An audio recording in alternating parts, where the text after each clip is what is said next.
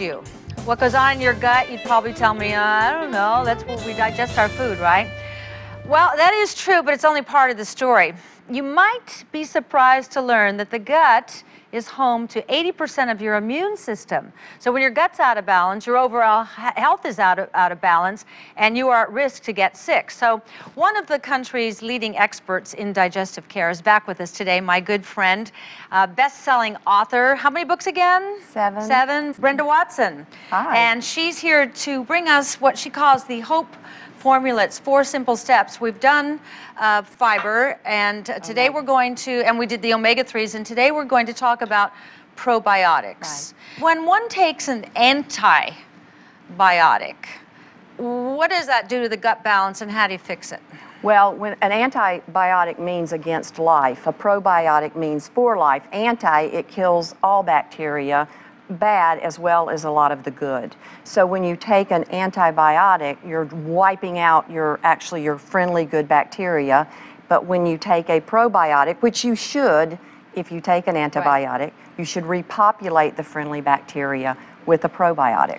Why don't doctors recommend a probiotic when you take an antibiotic? I don't think I've ever had a doctor say to me, now when you take these, make sure that you take a probiotic. I don't think they research enough to know anything about probiotics. It's just now coming on the radar, so to speak, because science in probiotics has evolved so much in the past 5 years, and I think now some are doing it, but we have a long way to go. Well, we have to teach them. I know.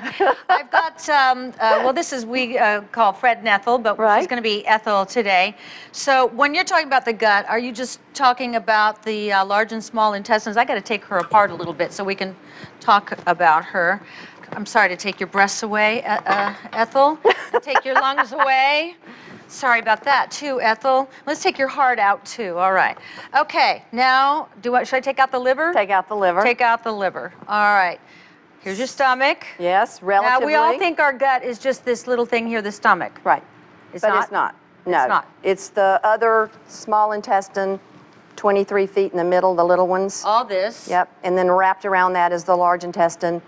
And then here's the exit. Exit. Exit. Yeah, and it's about 5 feet long in most people. Your daily elimination should be 1.5 feet and like a banana? Yeah. Okay. All right. How do probiotics make the immune system work? Well, probiotics make the immune system work really on 3 levels. So let's think about this. You have all of these, look at them like soldiers. Little soldiers inside of you. They're in there, they're to protect you. They line up on your gut lining. So on level 1, let's say a virus entered your digestive system. Your probiotics, your friendly bacteria, actually talk to each other. So you can see here, they will send out a message for one of them to go up and zap that virus before it has a chance to affect you.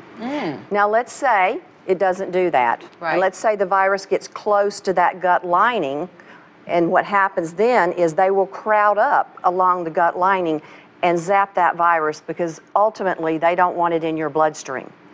So on level 3, though, let's say the virus gets to your bloodstream. Right. Then the probiotics will actually make a substance that zaps that virus before it makes you sick.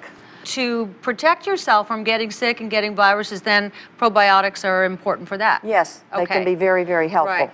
What is the right balance? Is that when we're not bloated, or how do we feel when we've got the right balance? Well, you feel good. You would not feel bloated at all or constipated. Think about it this way.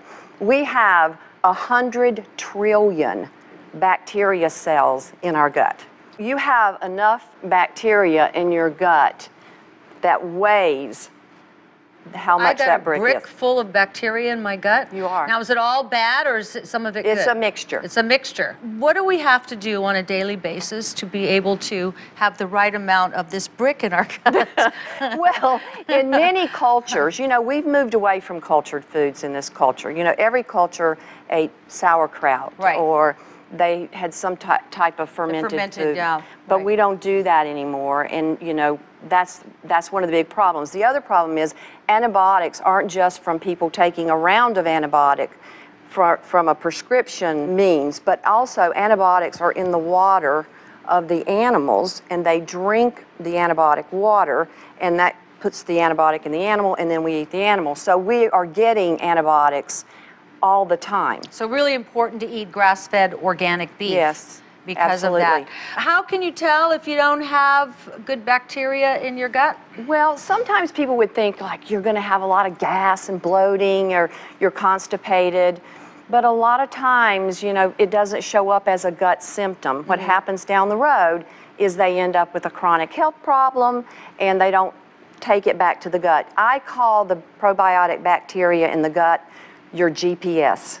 Yes. Your gut protection system, because it's your radar. And if you wanted to test to find out if you were, you know, imbalanced or you've got, you know, bacteria in your gut, what's the best kind of test? Well, you can do something called a comprehensive stool analysis. Oh, is this where you poop in a cup? Yeah. You can pick up things. You can. Like what? You can pick up how well you're digesting proteins, starches, and fats, how well your immune system's doing, if you have inflammation, and how much good friendly bacteria you have, and what bad bacteria you have. The whole new understanding of food allergies and food intolerance is another really important thing to factor in. Yes. And probiotics really help that. They help people with food sensitivities. To bottom line, what we've talked about, it is important with probiotics to replenish them every day. We're going to talk about that every day. For life? For life. For life. Because so many things are disrupting it. Like I said, things we don't even know. Okay. So it's important to replenish them every day. And we'll talk a little bit about what kinds. Okay, when we come back, you're going to find out what kinds, you're going to find out how much, and you're going to find out the best kind and all those things that you're sitting there going, well, what? It's going to be here. Stay with me.